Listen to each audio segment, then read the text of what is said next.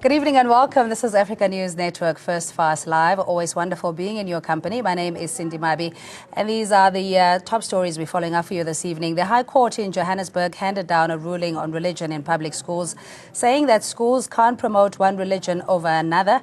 And the case was originally brought by the Organization for Religious Education and Democracy against 6 schools. The ruling comes after the Organization for Religious Education and Democracy brought the case against 6 schools. The ruling states that neither an SGB nor a public school may lawfully declare that it subscribes to only a particular religion to the exclusion of others. 2 important things that have come out that we are happy about. First is that the constitutional provision that religious observances can be held in state schools has been upheld. That's good news for us. But the second thing that we are happy about is that the authority and the right of parents to determine policy for their schools has been upheld also. So these 2, I think, they are favorable to us, they are favorable to parents and also to schools. It would have been a bad thing if at all the authority of parents was undermined. Those who were initially against the bid accepted the ruling, saying they are glad religion was not entirely removed from schools. Very glad that they just decide that the governing bodies can still decide upon the ethos of schools. So that means that schools can continue without excluding any children, and if people have a problem with the way in which a school conducts itself, then that specific school must pay attention to the matter and must make sure that it doesn't exclude any children. But from a Christian perspective, we're very glad. We will do a press release on it. But I think what's important is that religion can still be practiced in schools. So that is a good thing for the fact that it's not being taken out of schools. The ball is back in the court of school governing bodies who are tasked with creating religious policies. It's now only a question of time to see how public schools promoting said religious values will change to accommodate this new ruling. ANN7, Johannesburg.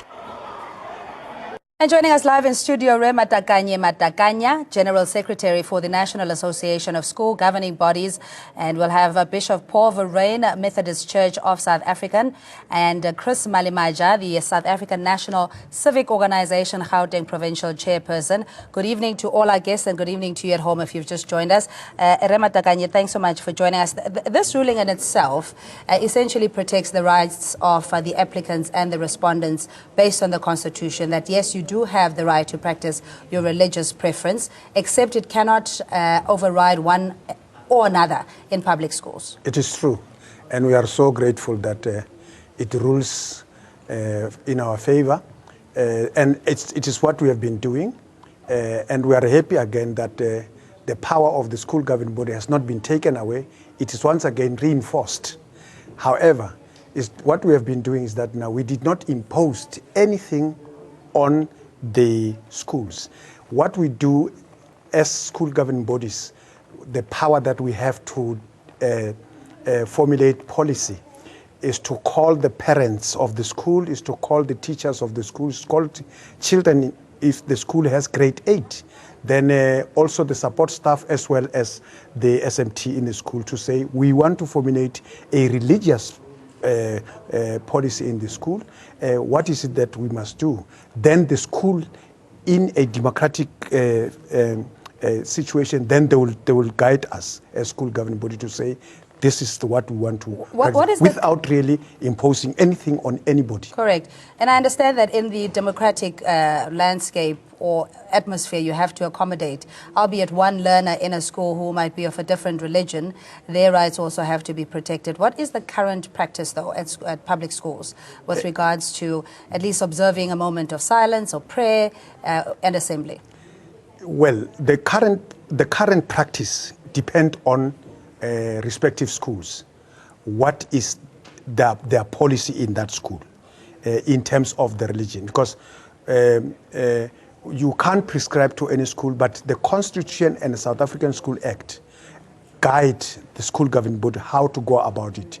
But just to say this is what the practice is, then I'll be telling the public a lie. But okay, but can we say in the main that there is a Christianity, or at least prayer at assembly and a bit of praise? Well, largely in this country, there are two or three major religions, Christianity, Muslim, and I think, if not mistaken, I don't know between Judaism and Hindu, which one is bigger than who. But those are largely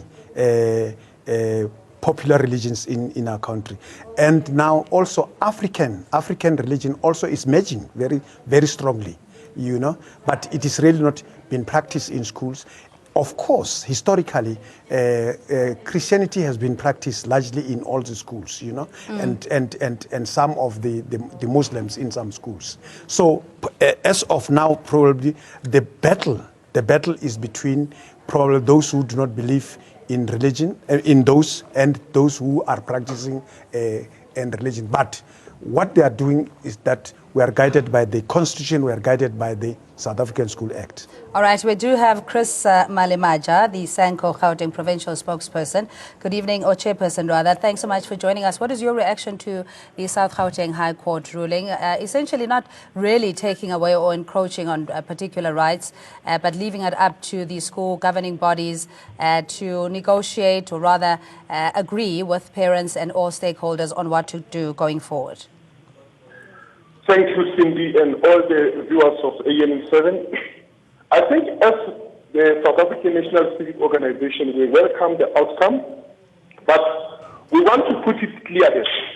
It was not necessarily a problem until it has been realized that in some of the schools where they were practicing it differently, it is where the schools were former Afrikaner dominant schools, where currently we've got a problem of lack of transformation. We are very much happy that now it meets the school governing bodies, but I want to put it clear to the gentleman next to you this way. What is more important is not necessarily to say teachers, learners. It must ensure that the entire catchment is taken on board, so that whatever practice that will be practiced based on saying it is more dominant, we are allowing on the basis that it's more dominant, and we have all agreed. Say, for example, the moment of silence, so that at the end of the day, it must not be as if we are violating others' religion, but it must be after the catchment. I'm not sure if, to those who don't understand the catchment is where the school draws all learners from. So if we can satisfy that particular aspect, we won't have a problem. All right, thanks, Chris. Sorry, please stay on the line. Pastor Leonard Dras from the Canon Ministers El Dorado Park Assembly. Thank you so much for joining us, Pastor Ras. Just your view in how, especially when it comes to religion, that we were indoctrinated in the fear of God instilled in you in terms of your morals and beliefs and value system, that if you take away that aspect of schooling, where then do we begin to rectify the moral fiber? Well, thank you so much, and good evening to all your listeners. What I would like to say is that we welcome the court's ruling on that, and we understand that we need to know that it is the prerogative of every school and every governing body to determine what is best for the school. But however, we need to realize also that the schools are in communities, and these governing bodies come from the communities. And every community has a different need. And what we need to understand is we need to allow communities to continuously, go forward in what they determine as the best for their communities. And you see, what we must not forget is that a lot of people make decisions on behalf of our schools, on behalf of our education systems, and they outside of the communities. We need governing bodies in our communities to take decisions that's going to benefit our communities. All right, are you saying what's the current situation at El Dorado Park? If you can just give us maybe a sort of a dipstick analysis of what's going on regarding religion in schools in El Dorado Park generally. Well, what I can tell you that El Dorado Park is one of is a strong Christian community. It's a community where the Christian belief and the practices of Christianity is very strong, and I believe that in El Dorado Park right now. We need to understand that the Christians that are there, it's no use you telling us that we Christians are in the majority, but we haven't got the majority decision making on how to determine our religion or the practice of our religion. Pastor in Russ, schools. please stay on the line. We have callers Solane and Joburg. Good evening to you, and we'll go to Brian and Katlehong in a bit. Hello, Solane. Good evening. How are you? I'm very well, thank you. How are you? I'm good, thanks. This is a very critical topic because we see a lot of things are happening because we have lost value. When we had our prayers in the morning assemblies, things were different. We never had a lot of drugs that are happening. There's a lot of things that are happening in schools. So for schools that have got majority of Christians or the others, we could have even two maybe groups for those prayers. Because if we are saying one or we don't do it at all, we are killing our young South Africans if we're looking into this. I think this has to be addressed in a proper way. Another thing, we try to go to schools, like if I'm an African-speaking person, how could I go to a school that I see that it's against my values? Sometimes we're not balancing the equation. We want to go to schools that are not relevant to us. Why would I go to a Muslim school while I know that it's not suitable for me? Sometimes we want to create chaos for things that are irrelevant. But what is important is the values that have to be done. Now, some of the children are being stopped from prayer in the morning.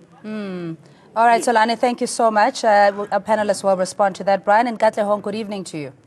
Good evening, Cindy. How are you? I'm blessed and highly favored. How are you? No, I'm good. Cindy, this is one of the topics that is very close to my heart. Also, personally, I'm an educator, I'm a teacher. I know what this issue do to our learners. Our society, the way it has been structured. Remember, Cindy, our society is a multicultural society and multi-religious society. And we take our children, we send them to the schools that are very close to us. And you find that in that community, there are different religions. You understand? And when you take your child to a certain school that is very close, and it happened that in that school, they are promoting, for an example, Christianity, and your child is a Muslim. You see now that you are feeding your child another religion which is not part of your tradition. Brian, but aren't we really complicating matters? As Solane was saying that depending on the needs or the majority in that particular community, there should be a policy so that even if that one child who is a Muslim in a Christian community does not necessarily prescribe what the rest of the learners ought to do. No, personally, I'm saying religion, it must be the space of a church, not the space of a school. We take our children to school to learn the values of education, the values of a society, the society where a child is groomed. Yeah, I would disagree with you in that, you know, your religion is a lifestyle. It is something that you're indoctrinated in. As I said, it forms your values and your belief system, that it's not something that you begin at a particular point when you leave the door and then pick it up at another point. I don't know. But let's agree to disagree. Thanks so much for that call, Brian. Just your reaction, Mr. Matakanya, regarding where we put our children, especially in multi-cultured environments where everybody has to be catered for. Thank you very much once again, Cindy. We have to be very careful when we debate this matter. What guides us? I mean, in this country, this is a national matter. It is guided by the Constitution, and the Constitution talks about the rights. And religion, the conscience and religion is one of the rights. Now, that is the first point that guides us. And when we debate this matter, we should not change a constitution of the country just on this platform. If you change it, then you must go to the parliament. And when we debate this matter, what does the constitution say? And in the context of the school, what does the South African School Act says? Section 7, it talks about that, the right to concise the right to religion. And it goes now straight to the school governing bodies that they have the right to formulate that. And the parents themselves in the school, the parents in the school, they represent the community that they come from, you know? So we take it that now, once the parents have spoken, then the community in that particular school have spoken. I think you and Pastor Russ probably have to have a conversation. From what he was saying is that the school governing body makes decision in the absence or in the exclusion of the greater community. We'll get his response in a minute. We have Nomthandazo in Bloemfontein. Good evening to you and thanks for joining us. Good evening, Cindy. Hi, how are you? Fine, how are you, Cindy? I'm good, thank you. Yes, Cindy, I've heard what the parents have said. I concur with the first parents who have said previously we were praying at school every morning. And I think all these things were not there. Maybe it's because that our kids have too much rights and the other parents, they don't draw the line between schools, home, for the kids. So all these bad things are happening because our kids, they don't know how to pray. And I concur even with the last previous speaker who have said, if my child is a Muslim, let me take my child to the Muslim school. Because the prayer is something that we have grown up with from our parents. And it's something that is working. And by praying or teach your children by praying, is whereby you can teach your child to know what is right, what is wrong. Absolutely. Nomthandazo, I concur with you completely. Let's get a response from Chris Malimaja from the Civic Organization. I mean, a lot has changed in how what young people are exposed to, the whole global exposure compared to what you and I maybe can use as a point of reference. But, you know, the prayer and the assembly was something you look forward to. There was even at times one of the shining stars in the class that would read a scripture. And those are the values that we grew up with. And you looked around you, there wasn't as much of the social ills that we're seeing that are plaguing young people. Chris, would you say that you can't compare the two? Well, I think the mistake that we must not do, all of us, we agree that religions do guide a child and do play a very important role. Praying and doing all whatever that is happening, it was correct and it must remain correct. But the only thing that must not make us to lose the focus is when one religious is imposed to other learners in a way that they are suppressed, then they must grow knowing one religious of some sort. And we are saying all these religions, all of them, they've got one objective, to ensure that they let the child grow up having all required things to make that particular person to be a better person. So the only thing is that it must never be over-practiced at the expense of another. So if we be able to see those things, we're not going to have a problem. But let me take this opportunity to say, those who are saying we've grown up having morning assembly and there were no drugs and all the stuff, if that is what they think, we also support them. But the question of drugs and everything, I don't think it is a matter of praying alone. It is also a matter of the entire catchment to ensure that we all of us work together and do away with all those things. All right, Mr. Malimaja, please stay on the line. We have Bishop Paul Verreynne from the Methodist Church of Southern Africa. Good evening to you and thanks so much for joining us. Need we now have specialized Christian schools as we see with Judaism, Muslim, or Arabic, or even international schools, be it Dutch or French? Is that where we're going? Because the majority of South Africans are Christian, and yet we see it seems to be an attack, in my view, of the Christian religion. You know, I think that the ruling gives us an opportunity to create a space of respect for the diversity of faiths that there are in religion, first of all. Secondly, as it opens up the space to practice that religion, it can be an incredible opportunity for the formation of the spirituality, particularly of, let's say, the Christian faith.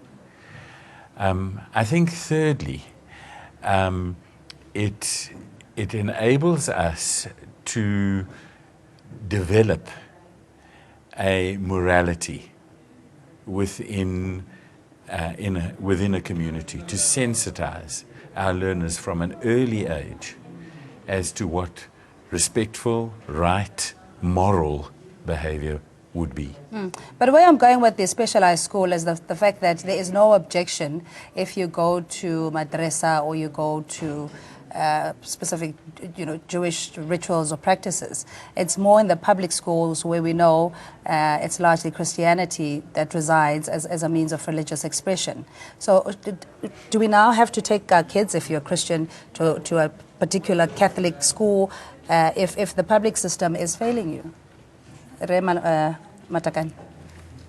Well, earlier on, I indicated that, you see, South African School Act has two types of schools. There are independent schools, then we have got public schools. Now, the independent schools, probably one of the reasons for them to be designed is for that particular purpose, that we want to teach our children the Roman way of doing things in the church, or the Methodist way of doing the church, or Catholic way of doing the church. I think that's the one of the reasons. There could be other reasons, but one reason is for them maybe to teach them the morals of how to do things, the culture and all those things of that particular school. Yes, but I mean, if you can't afford to take your child to an independent school... But I will also talk about the public schools. The public schools, then also there is a guidance, and the Constitution does not say no. The freedom of religion is in the independent schools. It's a freedom of religion. And when it comes to South African School Act, because it's a guide to the public schools, then Section 7 indicates subject to the Constitution and any other applicable provincial law, religion's observance may be conducted at a public school. Okay, let's test that theory. It's good and well we have all these wonderful constitutional rights that are not applied in communities. Pastor Ras, you were saying that in El Dorado Park, largely a Christian community, and you feel that there's no representation from the community when it comes to this matter. And please turn your TV set down. It's giving us feedback. Yes, what I'd like to emphasize is that communities are the ones that needs to decide. And I want to differ with one of your callers that said that religion is only a thing where we should do it at the church. And our children spend anything from 8 hours a day for 5 days a week at school. So why are we not allowed to embed in them the one thing that is a fundamental stone of our communities, which is religion in the school system? And the second thing that I want to just mention, and I want them to understand this, most of our schools in our areas are flooded with children that comes from outside of other areas. And the education department has told us that that we cannot deny any child to enter into any school. The children has got the right to go to any school. But what we as a community saying, the governing body that governs over one school is a governing body that comes from an area where the needs of the area needs to be taken into consideration. My last point that I would like to say is I totally agree. When we talk about religion, we're not talking about judging and telling them that, like I see on your screens, that our teaching is that as Christians, non-believers will go to hell. That's not what we're doing. The Christianity education in schools is to basically just bring the morals and the values and the understanding that young people are being developed and trained to be the adults of society tomorrow. Pastor Pastor Russ, we're going to have to keep it there. I'm sorry to interrupt you. We are out of time. And Bishop Verreyn, I'm sorry that we couldn't engage you longer, but I'm sure we'll have other opportunities as well. Thank you so much for your time. And we had Matakanya, General Secretary of the National Association of School Governing Bodies as well. And on the telephone line, we had Chris Malimaja from Sanko. He's the Gauteng Provincial Chairperson. You at home, thanks indeed for calling in. We'll take a quick ad break. We'll see you shortly.